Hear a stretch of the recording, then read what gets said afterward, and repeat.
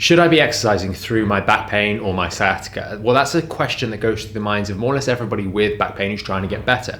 And in this video, we're going to talk about how you can better understand how to move forwards if you are struggling with a bit of pain and answering this question more effectively. We're going to kick things off by actually talking about painkillers and the use of things like injection as options to eliminate pain, because that, once we've understand why those things are used and how they're used, is going to help us answer three areas of pain. The first being aggravation of symptoms whilst you're doing the exercise. The second being that feeling of soreness or aching, maybe during or after the exercise, and that aching being slightly different sometimes to the symptoms themselves. And then finally, we're going to talk about that pain the next day. It hurts the next day or the day after that. What exactly is that, and how should we approach each of these different areas effectively? But let's start at the start by addressing those use of painkillers and how they can feed in and inform how we move forwards, and answering this question, what should I do and how far through pain should I push it?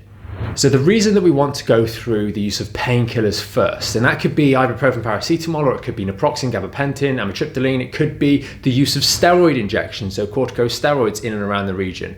The reason we want to cover these first is because by recognizing that those are pretty much standardized approaches, if you go to your GP, if you go to your neurologist, if you go to your orthopedic surgeon, they may well employ the use of those medications to allow you to push through. The reason we're covering those first is because drawing attention to that fact will help you better frame your particular back pain. So if you've had a consultation and you've been given these medications, by definition, they are saying numb the pain so you can crack on with your other activities on a daily basis. They're saying that the pain is not necessarily a problem. Now, there are massive flaws with this particular argument, and we'll get to that later on in the video. However, understand that it is generally a consensus, and you will see this, observe this, and maybe you've even experienced this yourself, that quite often the use of these painkillers is there to allow you to go about your daily life, or allow you in more preferable circumstances to go about your rehabilitation with less pain.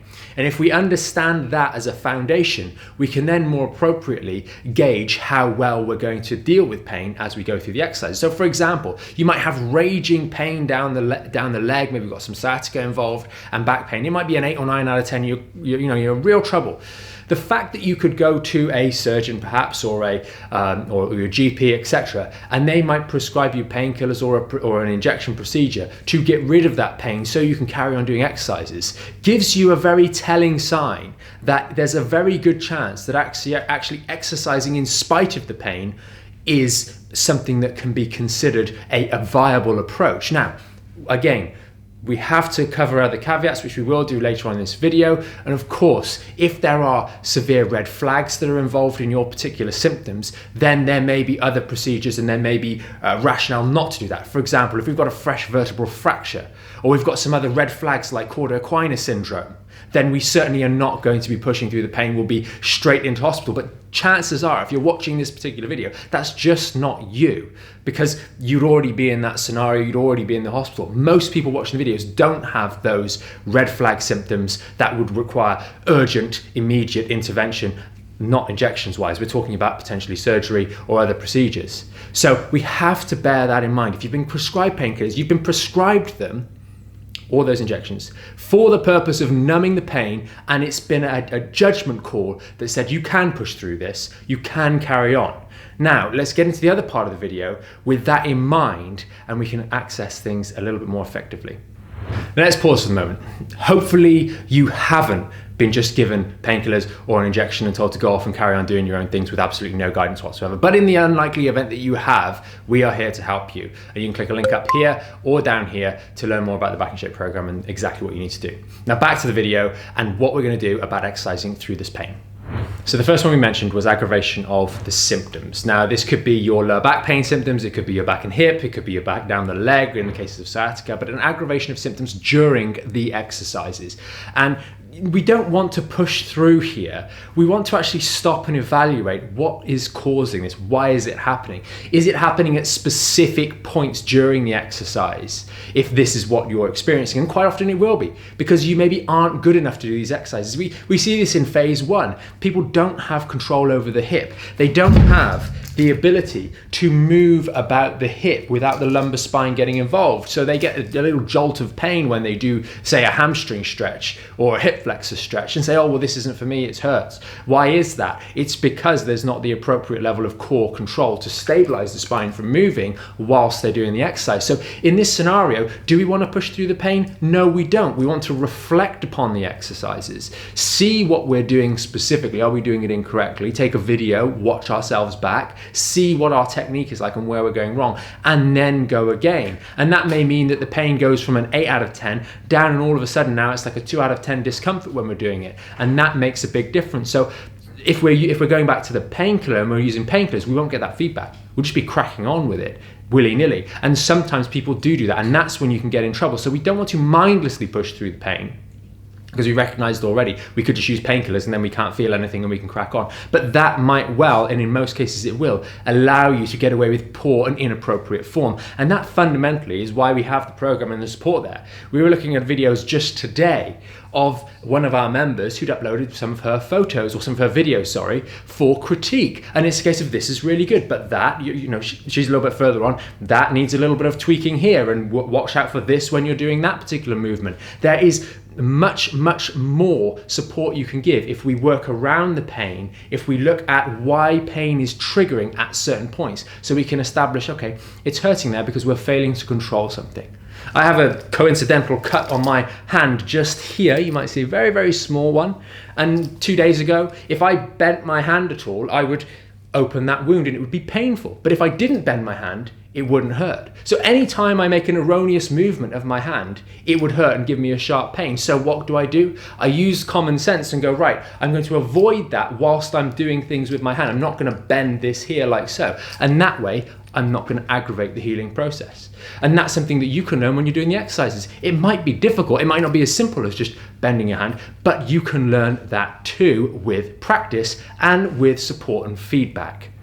So in short, when it comes to aggravation of symptoms during the exercises, really we want to avoid that happening for sure. We want to use any time that does happen as a reflection tool, so we can perhaps go back and look at what we're not doing right, and also recognize at the same time that, it might take a couple of goes, maybe a couple of days, or maybe over the course of a couple of days, maybe to a week or so, to learn to do this without the aggravation. Don't expect to get it right first time. Sometimes it will take time to get it right. But if we have pain on a daily basis, which is why you're doing the program in the first place, there are plenty of other things that we're more than willing to do on a daily basis that will aggravate the pain. It might be putting the child in the car seat, it might be carrying the shopping, it might be emptying the dishwasher, it might be all these other things that we have to do anyway.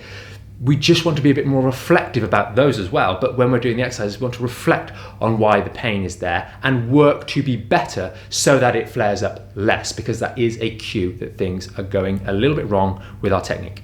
Next, we're going to go through the aggravation of symptoms after the exercises, and this could be a little bit later on in the day, it could be the next day that we start to get aggravation. And it's worth recognizing again that the most important thing here is that we consider the context, because this typically happens more in those that have a more chronic symptom picture.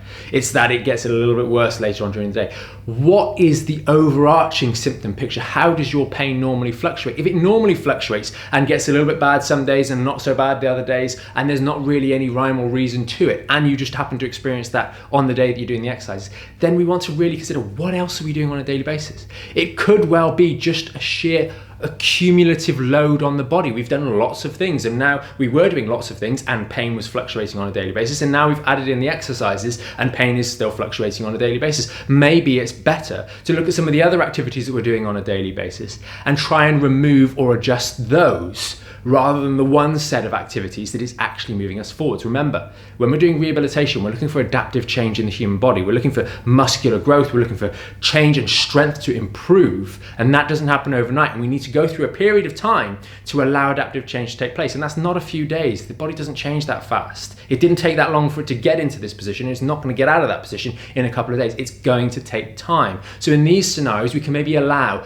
a little bit more a little bit more aggravation of pain during the recovery process, especially in the early parts. Now, that's not to say if you are in a bit more of a chronic symptom picture, you might find that you're less inclined or less prompted by pain to reflect on your technique during the exercises, because you may not be aggravated the same way in which someone who's a bit more acute will, but you may still be making the same technical errors. And that is again why it is so very important. That's why inside the program, you've got all that support to upload videos.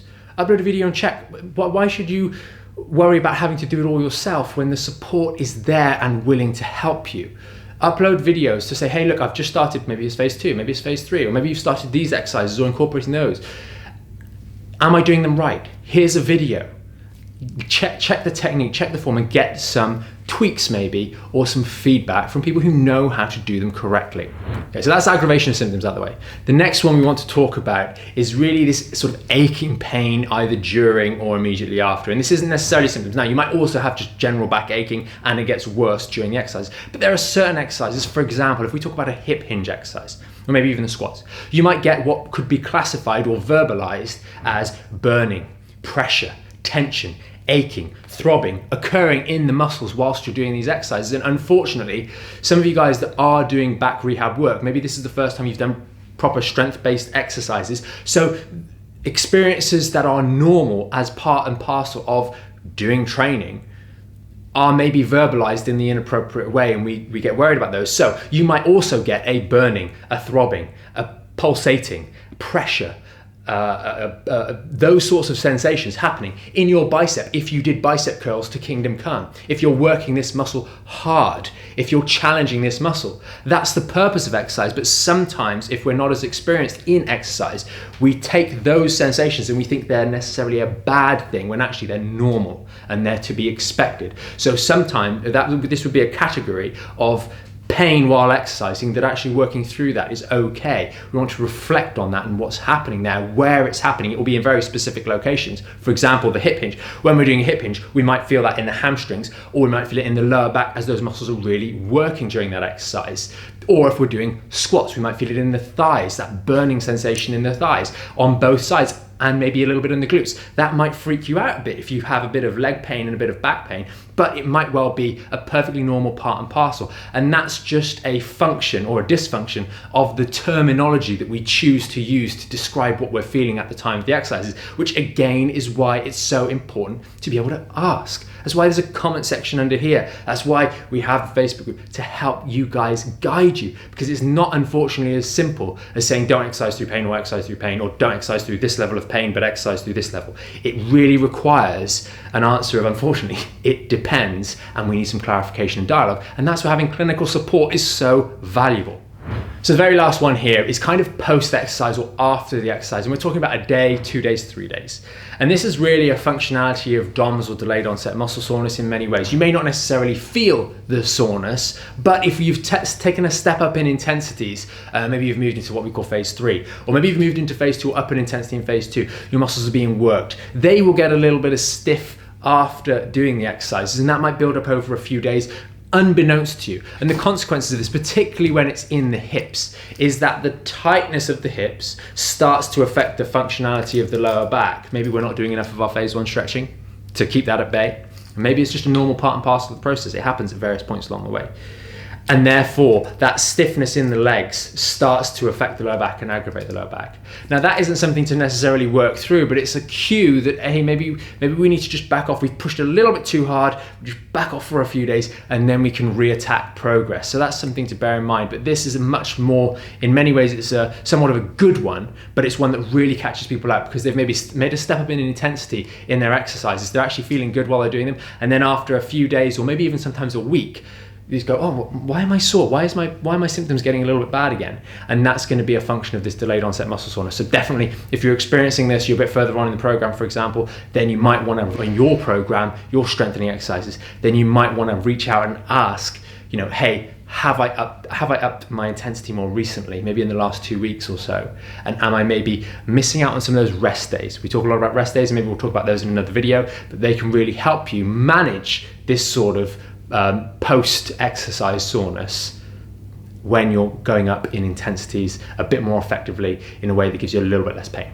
This video has been a bit of a long one, but I do hope you found some value in it. If there's any questions as a result of this video, please do post them in the comments or reach out to us if you're one of our premium members in the Facebook group, because that is a great place to get the support that you need. Remember that in the overwhelming majority of cases, you may well be prescribed painkillers to numb the pain so you can carry on about your daily life, and understanding what that means by the fact that you're given those sorts of approaches. It means that, hey, look, it's okay to actually push on, but we don't want to push on without being reflective in the process, because that can allow us to completely miss and be derailed by serious technical flaws that we are not addressing, and that will lead to a whole host of other problems. So remember, it is a it depends answer with regards to how far should I push through pain when I'm doing exercises. The answer is intelligently and with expert feedback along the way. That is how you can push through the pain at the right times, in the right ways, and the right amount of pain, whilst backing off at the right times as well. It is unfortunately not an answer that you can just give a one-size-fits-all approach to. It's something that needs ongoing support and ongoing feedback and playing with. The same person may well experience certain pain early on in the recovery process that they want to back off from, and then later on they might want to push through that pain. And the exact opposite could be the case too. You might be very, very, very, very poorly controlled in that core and actually need to just push through because everything's just so badly supported. You've got to do something to get some support and you need to push through. But then later on, you might actually have stepped the intensity up a little bit too fast and you need to back off a little bit. So it really is somewhat of a flexible process when it comes to pushing through pain. Hopefully you have found this video helpful, and I do suspect it may well have raised some questions for you, which is good because that means you're evaluating what you're doing. And you can always reach out to us, as you guys know. There'll be a link up here, link down here, and if you're one of our members, you already know where to go. See you in the next video. And don't forget, you can always subscribe to the channel to stay up to date with the latest videos.